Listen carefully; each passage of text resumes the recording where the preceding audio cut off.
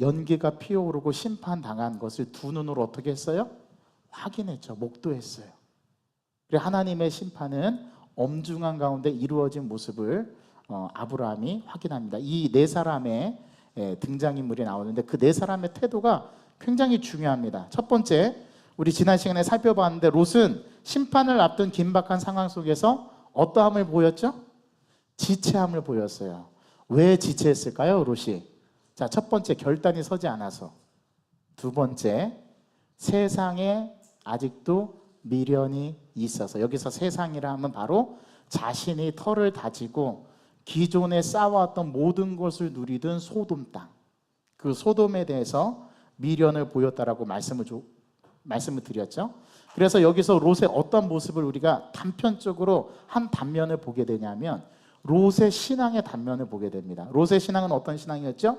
영적 분별력이 없었던 신앙, 판단력을 상실한 신앙. 그래서 그가 소돔에 거주하면서 이 모든 믿음의 능력들을 다 잃어버렸어요. 그 소돔에 동화된 거죠. 세상과 타협하면서 살아가게 되는 모습에 익숙해져 버린 겁니다. 그런데 그 긴박한 상황 속에서 어떤 일이 벌어졌어요? 롯이 피하기를 지체해요. 그러니까 어떡합니까? 보다 못한 천사가, 발을 동동 구르고 있던 천사가 그들을 싹 들어다가 성 밖으로 데려다 놓죠. 결국에는 이 천사의 다급한 긴박한 상황 속에서도 움직이지 못하는 롯의 이 영적 미스, 이 판단력은 그의 신앙의 단면을 보여줘요. 그리고 롯은 눈에 보이는 현실에 초점을 둡니다. 하나님의 임박한 심판 앞에서도 그는 결단을 내리지 못하고 현실에 안주하는 모습을, 주저앉는 모습을 보여줘요. 또 믿음의 태도를 보여주죠. 이게 롯의 신앙의 한 단면이었어요. 자, 그렇다면 저와 여러분들의 신앙은 어떠냐? 혹시 롯의 모습과 같은 모습은 아닌지 우리가 지난주에 한번 이 부분을 짚어봤습니다. 두 번째, 롯의 두 사위는 어떠했습니까? 롯의 두 사위는 심판의 메시지를 뭐로 여겼어요? 농담으로 여겼어요. 여기서 농담이라는 어원이 차하크라는 말인데 이 차하크라는 말에서 이삭이라는 말이 나왔어요. 어원이 같아요. 그래서 여기서 농담으로 여겼다라는 것은 무슨 뜻이에요? 웃음으로 여겼다는, 비웃었다라는 얘기예요. 이게 우리의 삶의 한 모습이지 않습니까? 어떤 긴박한 영적 메시지가 우리에게 주어지는데 설마 그렇게 되겠어? 괜찮아. 이런 모습이 바로 이 두 사위의 모습과 똑같은 거예요. 우리는 영적으로 하나님께서 메시지를 주실 때는 그거를 경각심을 가지고 받아들일 수 있어야 됩니다. 그래야 구원을 얻는 건데 이 두 사위는 그것을 어떻게 여겼어요? 농담으로 여겼어요. 농담으로. 이 태도가 굉장히 중요합니다.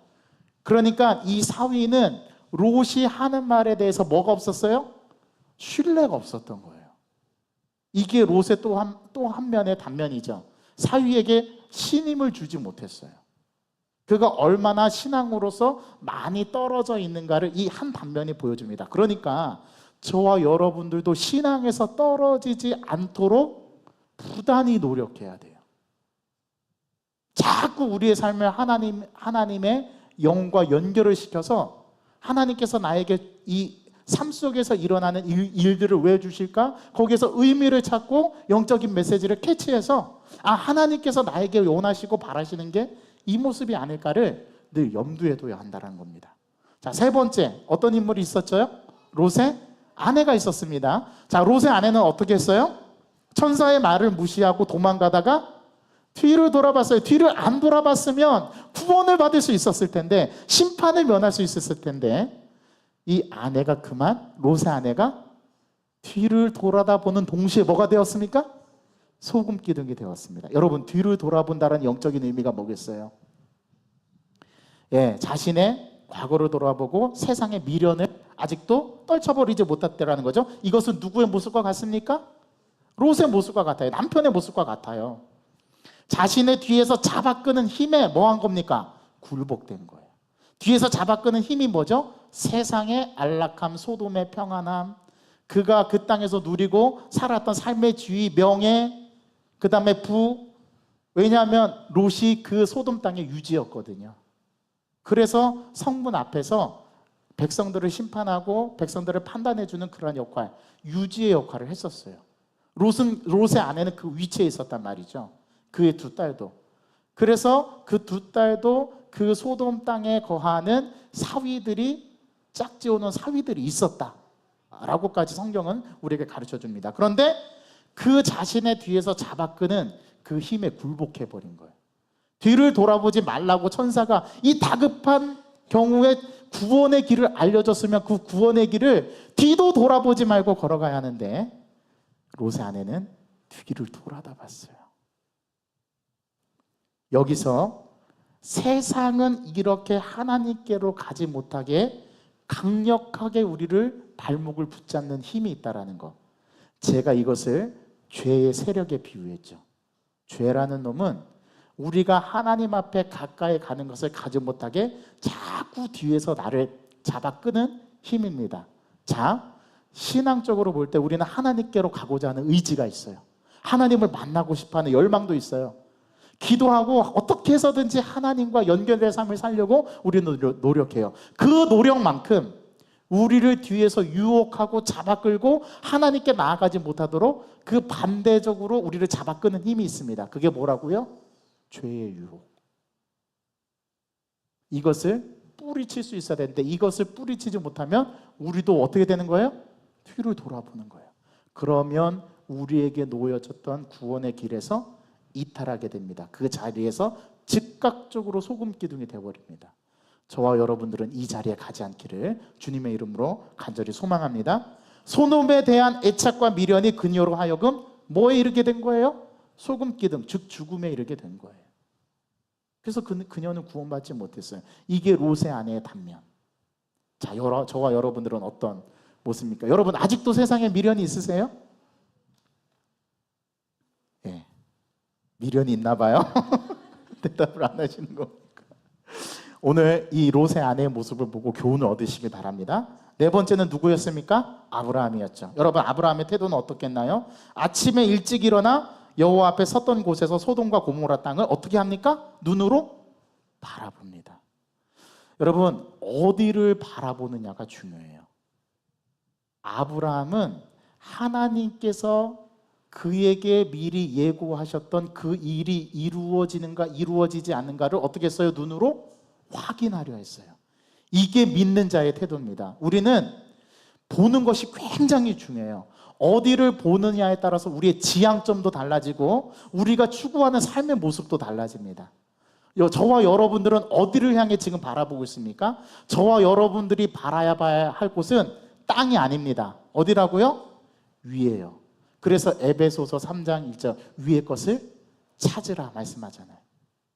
우리는 위의 것을 찾아야 합니다. 위에 소망을 둬야 돼요. 하늘의 소망을 둬야 돼요. 그래야 살 수 있어요. 저와 여러분들은 땅을 보며 살아가는 자들입니다. 땅만 보다가는 어떻게 돼요? 땅에 고꾸라져 주저앉는 거예요. 우리는 그래서 눈을 들어서 어디를 봐야 할까? 주님이 계신 하늘을 봐야 됩니다. 하나님이 계신 곳을 봐야 돼요. 즉 천국의 소망을 가지고 종말론적인 삶을 살아야 돼요. 오늘 지구에 종말이 온다 하여도 나는 한 그루의 사과나무를 심는 게 아니라 한 그루의 믿음의 나무를 심어야 됩니다. 소망의 나무를 심어야 되는 거예요. 그게 저와 여러분들이 살아가야 할 삶의 지향점인 거예요. 아브라함은 그걸 봤어요. 두 번째, 아브라함은 죄악의 도성 소돔과 고모라를 멸하시리라는 말씀을 어떻게 하고 있었어요? 기억하고 있었어요. 그래서 아침에 일찍 일어나서 안장을 지우고 그 장소로 간 겁니다. 어떻게 되는지 확인하려고. 자, 아브라함은 하나님의 경고가 어떻게 실현되는가를 두 눈으로 봤습니다. 비록 신앙적으로 미흡하기는 하지만 하나님께서 자기의 조카 롯이 믿음으로써 의롭게 살려고 했던 것에 대한 하나님께 6번의 간구를 통해서 하나님께서 롯을 기억하게 하셨죠. 그래서 아브라함의 그 간청에 의해서 하나님은 롯에게 뭐를 베풀어줘요? 은혜를 베풀어줘요. 그래서 롯의 태도, 누군가를 위해서 중보적 기도하는 그 기도의 능력은 하나님으로 하여금 그 사람에게 긍휼을 베푸게 만듭니다. 이게 하나님의 심판이 이루어지는 가운데서도 예외적으로 적용되는 하나님의 은혜의 법칙인 거예요. 항상 하나님께서 심판하실 때는 뭐를 베푸셔요? 은혜를 베푸셔요. 제가 말씀드렸죠. 노아 홍수 때 하나님은 세상 사람들을 싹 쓸어서 멸망시키려는데 목적이 있지 않고 어디에 목적이 있다고요? 살리려는데, 구원하시려는데 목적이 있다. 우리는 노아의 홍수 심판을 꼭 기억할 때 이 점을 잊지 말아야 됩니다. 마찬가지입니다. 하나님은 소돔과 고모라를 멸망하실 때 하나님께서는 딱 세 사람을 살려주셨어요. 원래는 네 사람 살려주시려고 했는데, 그런데 그 구원을 누가 걷어찼습니까? 롯의 아내가 걷어차고 딱 세 명만 구원받았어요. 누구? 롯. 두 딸. 그럼 이게 시사하는 바가 뭐겠습니까? 하나님은 심판 중에서도 뭐를 베푸신다? 긍휼을 베푸신다. 그러니까 심판이 이루어지는 그곳에서도 우리는 정신을 바짝 차리고 예수님께서 십자가상에서 있었을 때 그 구원받은 강도처럼 저와 여러분들이 마지막 날에 주님 오시는 그날까지 정신을 차리고 깨어 근신하며 기도할 때 저와 여러분들은 그 구원을 이루어갈 줄 믿습니다. 두렵고 떨리는 마음으로 구원을 이루시길 바랍니다. 그것이 우리에게 주신 이 지난주에 묵상했던 이 네 사람의 태도, 심판에 대한 네 사람의 태도, 그것을 보면서 우리의 신앙을 점검해 봤습니다.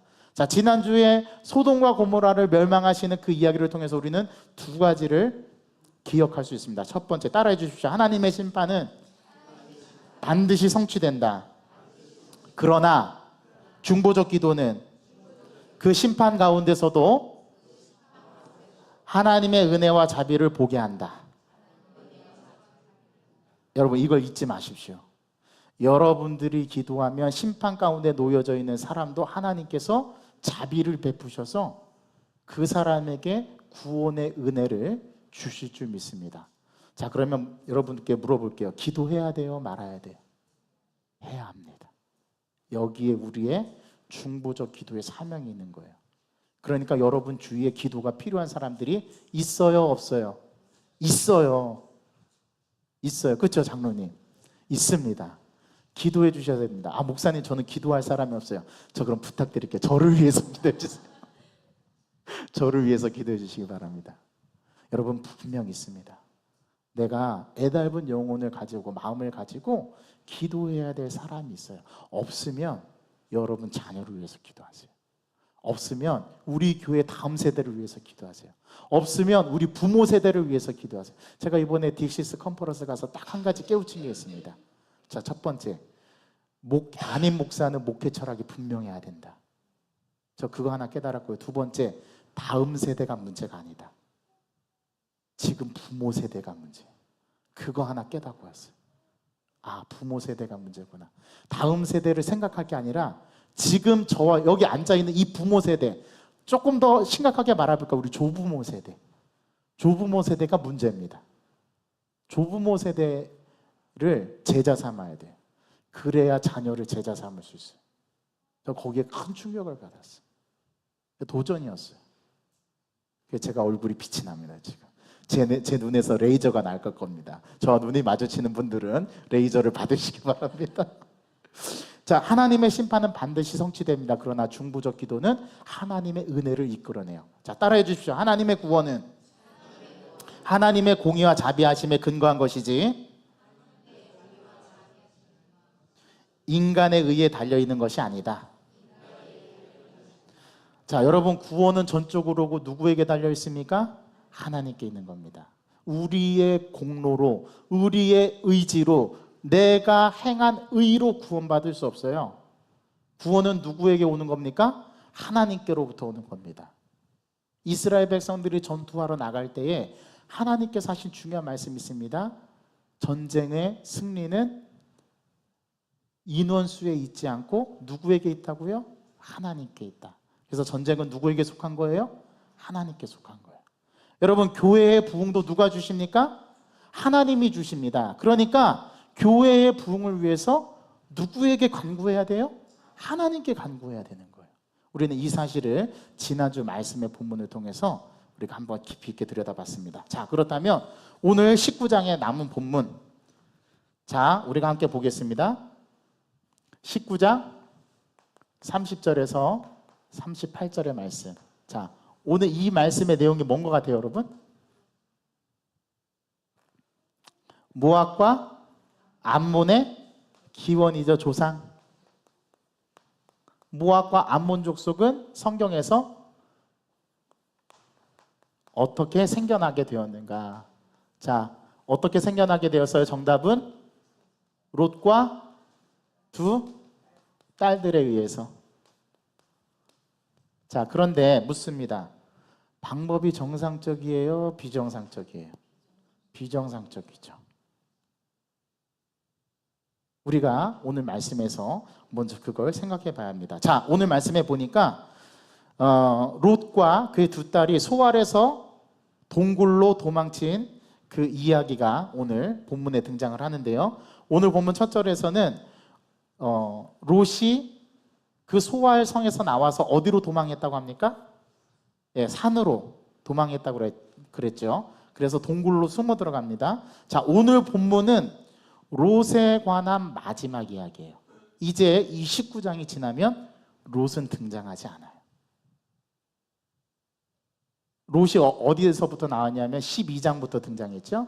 12장부터 등장한 롯의 이야기가 아브람과 롯, 아브람과 롯, 아브람과 롯, 아브람과 롯 이야기가 계속 병렬돼서 전개되다가 19장에서 롯의 이야기가 끝납니다. 그리고 이제 성경에는 롯이 등장하지 않아요. 여러분, 이 사실을 주목해야 합니다. 롯의 이야기가 19장에서 단절되고 끊겨요. 그리고 더 이상 성경에서는 롯의 이야기가 나오지 않아요. 신약 성경에 롯을 예화로 들은 롯의 언급은 있지만 롯의 이야기는 여기서 끝이 납니다. 이 본문 이후로 롯의 이야기는 다시는 등장하지 않아요. 이걸 우리가 주목해 볼 필요성이 있고요. 두 번째, 오늘 본문은 세 가지 영역에서 다루어집니다. 첫 번째는 모든 것을 파멸시키는 심판이 있은 후에 어떤 생명이 주어진다고요? 새 생명이 주어집니다. 그런데 그 방법이 정상적이지가 않아요. 이걸 여러분 관찰하셔야 되고요. 아담과 하와가 범죄한 이후에도 항상 새로운 생명이 주어졌어요. 어떤 생명이 주어졌어요? 가인과 아벨, 또 아벨 대신에 셋. 노아의 홍수 이후에는 누구를 통해서 새 생명을 주셨죠? 노아의 아들이었던 셈과 함과 야벳. 심판 다음에는 항상 새 생명의 탄생이 놓여져 있습니다. 소돔과 고모라 심판 이후에도 새 생명이 오늘 주어지는 출산의 과정이 그려지는데 그게 누구였어요? 모압과 암몬이었죠. 자, 그렇다면 정상적인 방법이 아닌 비정상적인 이 방법을 통해서 오늘 성경에서 후손을 이어가는 내용이 나오는데 오늘 성경은 이것도 기록돼서 우리에게 보여줘요. 자, 이 기록을 통해서 우리에게 메시지를 던져주려고 하는 의도가 뭘까? 여러분, 이것을 생각하면서 오늘 본문을 들여다봐야 합니다.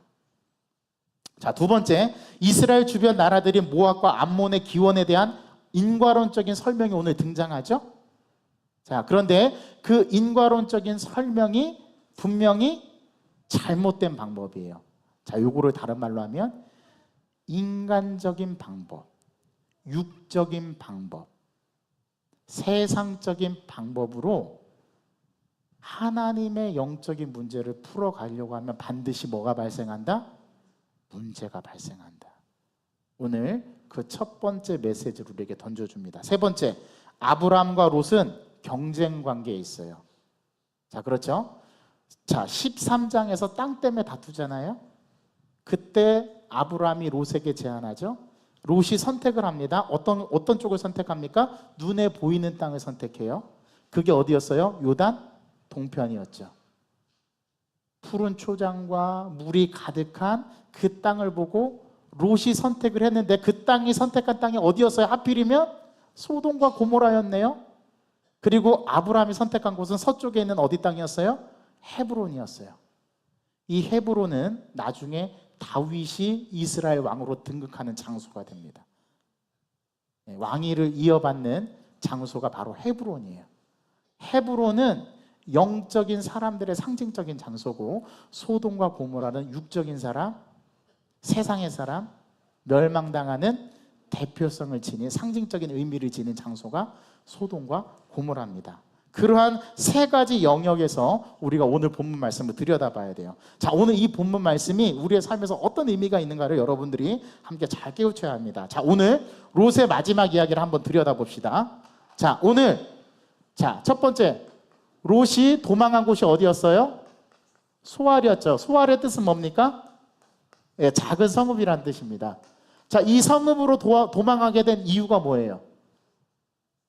천사가 롯과 그 아내와 딸을 성 밖으로 내보냈을 때 빨리 너희들은 산으로 도망하라. 자, 분명히 천사가 어디로 도망하라고 했어요? 산으로 도망하라고 했어요. 자, 그런데 이 천사의 말을 어떻게 합니까? 롯이 거부하죠. 그래서 그 가까운 데에 있는 소알 땅을 보고 우리가 저리로 피신하게 해달라고 그래서 이 소알 땅을 멸하지 말아달라고 얘기하죠. 그런데 소알 땅도 소돔과 같이 어떻게 해야 되는 땅이었어요? 멸망하려고 했던 땅이었어요. 그런데 누구 때문에? 롯 때문에 하나님의 심판이 소알 땅에 어떻게 됩니까? 유보됩니다. 그리고 이 소알 땅은 멸망당하지 않는 뭐를 누리게 돼요? 은혜를 누리게 돼요. 그래서 소알 땅에 가서 거주하면서 하나님의 심판을 면하긴 면했는데 그 소알 땅에 들어가 봤더니 롯이 뭘 알게 된 거예요? 아, 이 땅은 하나님의 심판의 대상이 되는 땅이었구나. 왜요? 그 땅에 들어가, 그 성에 들어가 봤더니 역시 거기에 또 뭐가 가득해요? 죄악이 가득하다는 것을 누가 두 눈으로 보죠? 롯이 보는 거죠. 그래서 오늘 말씀해 보니까 롯이 뭐를 느꼈어요? 두려움을 느꼈어요. 그래서 그 소알에서 나와서 마침내 결국에는 누구의 말대로 이행합니까? 천사의 말대로 어디로 갑니까? 산으로 갑니다. 그러니까 산은 생명을 구하는 곳이었던 거예요. 또 여러분, 산이 구약에서 상징적으로 의미하는 게 뭡니까? 가장 하나님과 가까이 맞닿아 있는. 그래서 모세가 시내 산 꼭대기에서 뭐를 수여받아요? 율법을 수여받고 거기서 누구를 만납니까? 하나님을 만나는. 그러니까 산이라는 것은 상징적으로 하나님과 가장 가까이 있는 그것을 말하는 게 뭐였어요? 산이었어요. 그 산으로 도망하라고 했는데 결국에는 인간적인 방법으로 자신이 보기에 소알 땅이 더 피신하기 좋으니까 그곳에 피신하게 해달라고 했는데 하나님은 그 요구를 들어주셨잖아요. 그런데 결국은 그것도 이 롯은 거할 것이 못 된다라는 것을 깨닫게 됩니다. 그래서 결국은 마침내는 천사의 말을 들어서 어디로 피신하죠? 산으로 갑니다. 그래서 산에 있는 동굴로 피신하게 되는 거죠. 이게 첫 번째 우리가 살펴본 본문에서 생각해 봐야 되는 겁니다. 그러니까 천사들이 처음에 산으로 도망가라는 지시가 17절의 그 명령이 마침내 30절, 31절에 와서 이행이 되는 거죠. 그러나 이미 때는 늦었어요. 소알에 도망한 롯은 두려움을 느꼈답니다. 어떤 두려움이었을까요? 소알은 본래 심판의 대상이 되었던 소돔 지역에 있던 장소인데 롯으로 인해서 유보되고 은혜가 베풀어지고 결국은 그곳은 멸망당하지 않았는데 나중에 알고 보니까 역시 거기에도 뭐가 관영했다는 걸 알 수 있어요? 죄악. 그래서 심판을 면한 롯은 직감적으로 깨달았어요. 하나님 말씀에 불순종하고 자기가 원하는 바대로 요구했던 것에서 결국은 죄악이 근절되지 않았다는 걸 발견하게 된 거예요. 여러분, 이게 시사하는 바가 우리들의 삶에서 매우 큽니다. 여러분, 하나님께서 여러분 마음속에 말씀을 주시죠. 오늘 설교 말씀을 들었는데 하나님이 나에게 말씀하셨어요. 구현아, 너 요거 요렇게 했으면 좋겠다. 예, 알겠습니다 했는데 우리가 그 말씀에 순종 안 하잖아요. 그러면 그 불순종은 곧 뭐를 불러옵니까? 죄악을 불러옵니다. 이걸 롯이 깨달았던 거예요. 그래서 거기서 자기 신변을 보호받지 못하니까 장소를 옮긴 거예요. 어디로? 천사가 말한 그 산으로 옮겨가는 거죠. 오늘 이걸 보여줘요. 롯은 구원받은 소알이 그들이 거주하기에 적합한 곳이 아닌 죄악의 도사리고 있다는 것을 간파했던 겁니다. 그나마 뒤늦게나마 천사의 지시를 따라서 산으로 도망하여 굴에 들어간 거죠. 이게 오늘 첫 번째 단락에서 우리에게 보여줍니다. 자, 두 번째, 그 동굴에 들어가서 큰 딸과 작은 딸이 고민을 하죠. 자, 어떤 고민을 합니까? 자, 어떤 고민을 해요? 후사를 고민합니다. 누구의 후사예요? 자신들의 남편을 통해서 어느 후사가 아니라 누구의 후사? 아버지. 아버지가 뭐가 끊긴 거예요, 지금? 배가 끊겼거든요. 상속자가 없는 거거든요. 그러니까 고대에는 상속자가 굉장히 중요한 거예요. 자, 이 큰딸과 작은딸이 정말 하나님의 신앙으로 잘 성장하고 믿음으로 성장한 딸이었다면 이 상황에서, 이 위기의 상황에서 어떻게 했을까요? 하나님께 기도하고 하나님을 찾았겠죠. 자, 그런데 이들에게서는 하나님을 찾는 모습이 보입니까? 보이지 않습니까? 보이지 않습니다. 그래서 어떻게 해요? 자, 큰딸이 꾀를 내서 작은딸에게 뭐를 합니까? suggest, 제안을 합니다. 자, 어떤 제안을 하냐? 야, 우리 아버지가 이제 대가 끊기게 생겼다. 이제 너하고 나하고 아버지의 이 후사를 이어야 될 그러한 책무가 있다. 내가 오늘 밤에는 아버지에게 진탕수를 마시게 해서 취하게 해가지고 내가 아버지에게 들어가서 동침해서 자녀를, 상속자를 이을 테니까 내일은 네가 해라. 자, 그랬더니 작은 딸이 뭐래요? 오케이! 자, 여기에 문제가 있습니다. 자, 지금 큰 딸의 제안은 굉장히 비도덕적이고 비정상적인 방법이에요. 이거는 하나님을 믿지 않은 불신앙의 사람이 아주 전형적으로 보여주는 인간적인 방법입니다. 자, 큰딸과 작은딸이 이 위기의 상황에서 그들이 할 수 있는 여러 가지 방법이 있었어요. 자, 아버지에게 다른 민족의 부인을 얻어줄 수도 있고, 빨리 그 위험 지역을 벗어나서 차라리 자신의 그 친척인 아브라함에게로 돌아간다든지, 돌아가서 이 문제를 어떻게 했으면 좋겠냐 아브라함에게 물어보든지, 여러 방법이 있는데 그들은 그렇게 하지 않고 어떻게 합니까? 자신들이 이 문제를 해결하기 위해서 어떤 관습을 따라서, 자, 성경에 보니까 기가 막힌 말씀이 나와요. 자, 어떤 말씀이 나옵니까? 우리 성경을 찾아봅시다. 31절 읽어보세요. 시작.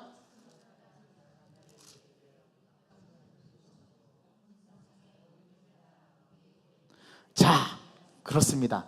온 세상에, 야, 기가 막힌 말씀이 나왔습니다. 온 세상에, 자, 온 세상의 도리가 무슨 도리입니까? 자, 이 말씀을 잘 여러분 묵상하셔야 돼요.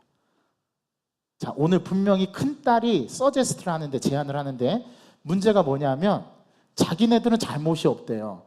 온 세상의 도리를 따라, 여기서 도리를 따른다라는 말은 어떤 거냐면 관습을 따른다는 거예요. 여기서 도리는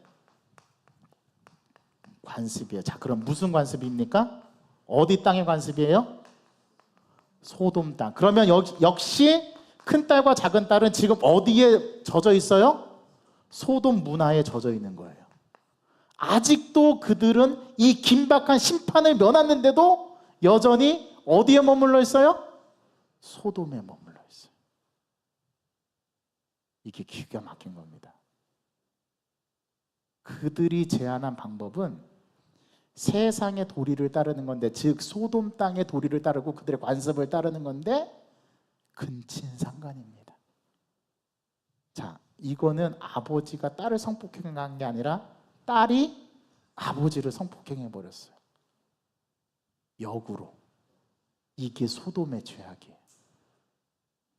근친상간뿐 아니라 동성애가 성행했던 곳이 소돔 땅이었다는 말이죠. 이 생각 자체가 악이에요. 자, 그러면 다른 말로 제안해 볼게요, 여러분. 오늘 큰딸과 작은딸은 뭐라고요? 이거를 한 단어로 표현하면 악입니다.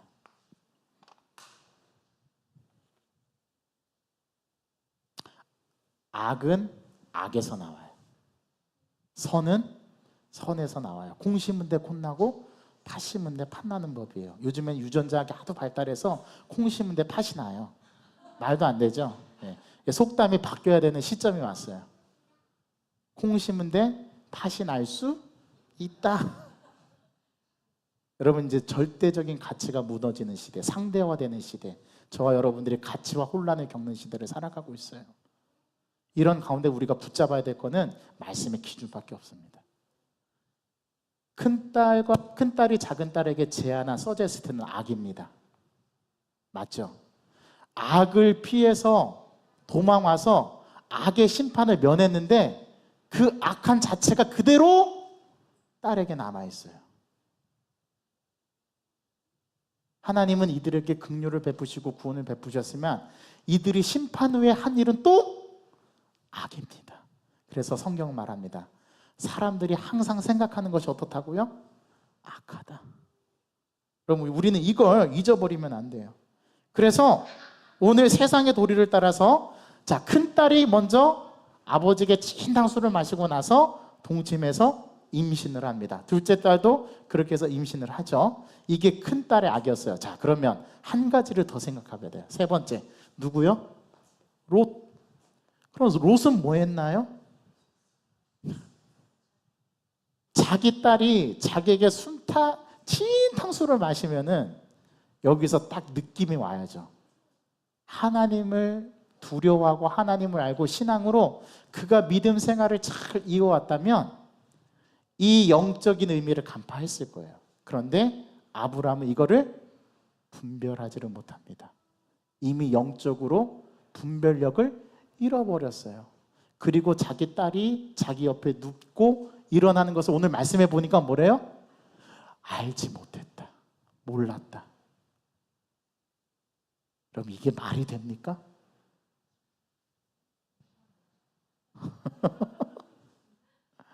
여러분, 이거 되게 심각하게 생각하셔야 돼요. 롯이 이 딸들의 악을 몰라요. 여기에 영적 둔감성이 있는 거죠. 자, 롯의 두 딸의 마음은 아직도 인간적인 수준에 머물러 있고 롯의 두 딸의 마음은 아직도 소돔으로 가득 차 있고 롯의 두 딸은 하나님의 뜻을 구하지 않고 자기들의 소견대로 말했어요. 자, 그러면 롯은 달라야죠. 롯은 심판을 면했잖아요. 그 심판을 눈으로 봤잖아요. 천사들에 의해서 자기들이 긍휼을 받은 걸 알았잖아요. 그러면 깨달아야죠. 그런데 롯은 오히려 자기 딸보다도 더 악한 모습을 보여줍니다. 왜요? 그는 영적 분별력을 잃어버렸어요. 인사불성이 되도록 취하고 자신의 두 딸을 행한 것을 알지 못한답니다. 롯은 하나님의 심판도 경험했고 두려워 떨면서도 자신의 아내가 소금구등이 되는 심판을 경험하고 나서도 여전히 영적으로 무지하고 깨어있지 못하는 모습. 여러분, 저와 여러분들이 이렇게 되면 진짜 안 돼요. 이 자리는 진짜 가지 마셔야 합니다. 그래서 우리는 영적 민감성을 계속 유지해야 돼요. 오늘 컨퍼런스를 갔다 오면서 우리 권사님 두 분하고 그런 얘기를 했습니다. 저희들이 계속 오가면서 얘기했던 거는 하나님께서 우리에게 어떻게 역사하시는가, 하나님이 우리를 어떻게 깨우치시는가, 그거에 대한 서로의 간증 얘기를 막 하면서 왔어요. 은혜 받았을까요? 은혜 받지 못했을까요? 은혜 받았죠. 하나님이 그분들에게 어떻게 역사했는지, 하나님이 나에게 어떻게 역사했는지, 하나님 우리에게 어떤 걸 요구하시는지, 어떤 영적 민감성을 요구하시는지. 또 이번 컨퍼런스가 참 공교롭게도 우리가 이 컨퍼런스에 참여하는 모든 것에서 여러 가지를 깨닫게 해주셨어요. 앞으로 우리 영광교회 모든 성도들을 다 컨퍼런스 데리고 갈 겁니다. 다 내년에는 우리 다른 두 분을 데리고 갈 거고 그 다음에는 또 다른 두 분을 데리고 갈 거고 기대하시기 바랍니다. 자, 제가 가자고 하면 여러분 어떻게 하셔야 됩니까? 예, 알겠습니다, 목사님. 여러분, 롯이 영적 분별력과 영적 민감성을 잃어버리고 그는 불신앙을 대표하는 사람이 되어버렸어요. 누가요? 아브라함의 조카 롯이. 그래서 롯의 이야기는 이후에 등장하지 않아요. 롯은 자신의 두 딸이 눕고 일어서면 알지 못하고 죄악에 사로잡힌 롯이 되어버립니다. 자, 롯은 죄에 사로잡혀 있는 누구를 대표합니까? 인간을 대표합니다. 이게 롯이에요. 오늘 성경 본문은 영적인 의미로 이 메시지를 던져줍니다. 자, 그럼 오늘 우리에게 주시는 이 메시지가 어떤 의미가 있습니까? 첫 번째, 따라해 주십시오. 잘못된 방법은 잘못된 결과를 낳는다. 그래서 모압 족속의 시초가 되고 암몬 족속의 시초가 됩니다. 모압이 한 민족을 이루게 돼요. 그게 롯의 후손이에요. 롯의 딸을 통해서 나온 민족이죠. 자, 두 번째, 모압은 그 다음에 암몬은 원래 베남미라고 되어 있죠. 그런데 이 이름이 암몬으로 바뀌어졌어요. 그렇죠? 그래서 요거는 모압. 성경에 보면은 모압의 후손 중에서 예수님의 족보에 들어간 사람이 있죠. 누구였습니까? 롯입니다. 룻입니다. 룻이 모압 출신이에요. 자, 그거를 제외하고 나서는 성경에서 항상 부정적으로 나오는 족속이 누구예요? 모압과 암몬이에요. 심지어 이스라엘 백성들이 가나안 땅에 들어갈 때 그들이 못 가도록 가로막은 족속이 누굽니까? 모압과 암몬이에요. 그래서 어떻게 합니까? 여호수아 시대에 모압과 암몬을 징벌해요. 잘못된 방법으로 의해서 나온 것은 항상 결과가 좋지 못합니다. 또 심판을 통해서 뭐를 깨달아야 돼요? 하나님의 의도를 깨달아야 돼요. 깨닫지 못하면 그 결과는 뭐라고요? 끝입니다. 심판입니다. 이제 롯은 등장하지 않아요. 이후부터는. 어떻게 성경에서 이렇게 지워지는 인물이 됐을까요? 세 번째, 아브라함과 롯은 경쟁합니다. 아브라함은 뭐의 대표적이에요? 신앙의 대표적이죠. 롯은요? 불신앙의 대표자가 됐어요. 아브라함은 신앙을 어떻게 해줬어요? 전수해줬어요. 롯은요? 자기 딸에게 신앙을 전수해주지 못했어요. 신앙의 단절을 말해요. 아브라함은 믿음의 부모를 말합니다. 롯은 불신앙의 부모를 말해요. 아브라함은 신앙에서 승리한 자가 되었어요. 그러나 롯은 신앙에서 패배한 자가 되었어요. 아브라함은 영에 속한 자가 되었지만 롯은 육에 속한 자가 되었죠. 아브라함은 하나님의 나라의 가치관을 따르는 자가 되었지만 롯은 소돔과 고모라의 문화에 젖어드는 세상 문화를 따라 사는 자가 되었어요. 그러면 결과는 너무 달라요. 자, 여러분들은 어느 편에 서고 싶습니까? 당연히 아브라함이죠. 이거는 여러분, 이거는 생각볼 여지가 없는 거예요. 뭘 고민하세요? 당연히 아브라함이죠. 그러니까 이건 고민할 문제가 아니에요. 이거는 즉각적으로 나와야 되는 반응인 거야. 자, 대답을 하지 못했다. 즉각적으로. 그럼 여러분 지금 양자 사이에서 왔다 갔다 지금 뭐 하는 거예요? 저울질하는 거예요. 여러분, 이건 저울질 대상이 아니라니까요. 이건 즉각적으로 아브라함이라고 말하셔야 되는 거예요. 이게 신앙인 겁니다. 자, 여기서 또 한 가지의 메시지를 읽어낼 수 있습니다. 신앙의 전수가 얼마나 중요한가. 롯은요, 신앙의 전수를 해주지를 못했어요. 롯의 두 딸이 신앙을 전수받았다면 이런 방법으로 그들의 결말을 맞이하지 않았을 겁니다. 여기서 신앙의 단절이, 신앙 전수가 실패하면 어떤 결과가 나오느냐? 결국은 그 가문이 불신앙으로 가요. 신앙 없는 자로 가요. 이거는 대단한 결과입니다. 자, 오늘부터 정신을 바짝 차리시고 눈에 쌍심지를 켜시고 우리는 믿음의 가문이 되어야 된다라는 결단을 오늘 하셔야 됩니다. 그리고 롯과 같은 그 길을 가지 않도록 오늘 하나님 앞에 은혜를 구하셔야 돼요. 여러분 대해서 끝나지 않아요. 여러분들의 자녀 대해서, 또 그 자녀의 자녀 대해서 이 신앙이 계속 이어진다라는 사실을 명심하셔야 합니다. 오늘 롯은 이것을 보여주는 거예요. 이것을 잘 우리 마음에 새기고 우리가 이 세상을 슬기롭고 지혜롭게 살아가는 우리 영광교회 성도들 되시기를 주님의 이름으로 간절히 소망합니다. 하나님 아버지, 감사합니다. 오늘 말씀을 통해서 우리에게 롯의 이야기 마지막 단락을 우리에게 보여주시고 깨닫게 해주시고 알게 해주시고 오늘 그것을 통해서 우리가 어떤 삶을 살아가야 할지를 깨닫게 해주시니 감사와 영광을 올려드립니다. 하나님, 우리의 신앙이 지금 현재 어떻게 하나님 앞에 서고 있는지를 우리가 깨닫게 해주시고 바라보게 해주시고 오늘 이 밤에 결단하게 하여 주옵소서. 하나님, 잘못된 방법은 잘못된 결과를 낳는다라고 오늘 성경 우리에게 가르쳐 줍니다. 심판을 통해서 깨달아야 할 것은 영적인 우리의 신앙의 문제를 그 결과가 끝이 아니다라는 사실을 오늘 우리는 깨닫게 됩니다. 또 아브라함과 롯의 이 두 극명한 대조를 통해서 신앙과 불신앙, 신앙의 전수와 신앙의 단절, 믿음의 부모와 불신앙의 부모, 신앙에서 승리한 자와 신앙에서 패배한 자, 영에 속한 자와 육에 속한 자, 하나님 나라 가치관을 따르는 자와 세상 문화를 따라 사는 자가 어떤 결말을 맞이하는지 우리에게 가르쳐 줍니다. 또 하나, 우리의 신앙의 전수가 얼마나 중요한가. 조부모 세대, 부모 세대, 자녀 세대, 다음 세대, 온 세대가 이 신앙의 전수가 이루어지는 우리 영광교회 되게 하여 주옵소서. 예수 그리스도의 이름으로 감사하며 기도하옵나이다. 아멘. 우리 함께 주 은혜의 이 찬양 고백하면서 하나님 앞에 우리 기도로 나아가겠습니다.